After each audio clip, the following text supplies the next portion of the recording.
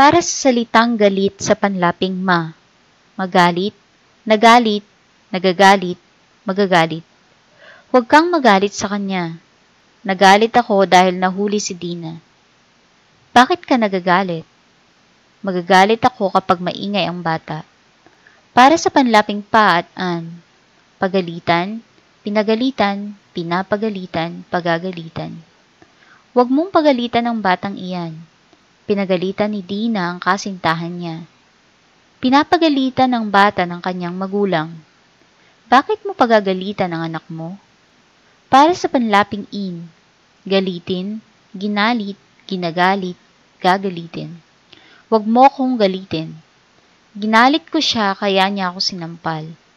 Ginagalit niya ako lagi.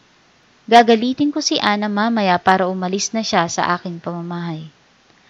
Para sa panlaping pa at in, pagalitin, pinagalit, pinapagalit, pagagalitin. Pagalitin mo nga iyang alaga mong aso. Pinagalit mo naman siguro ang iyong nanay.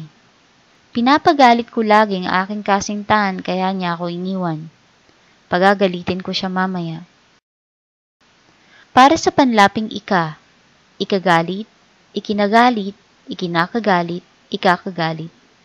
Baka ikagalit niya ang pagkuha ko ng damit niya nang hindi niya alam. Ikinagalit ni Gina ang pagsampal ko sa kanya. Kinakagalit niya lagi ang pagsama ko kay Ken.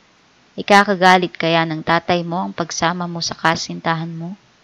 At para sa panlaping magpa, magpagalit, nagpagalit, nagpapagalit, magpapagalit. Huwag kang magpagalit ng mga matatanda.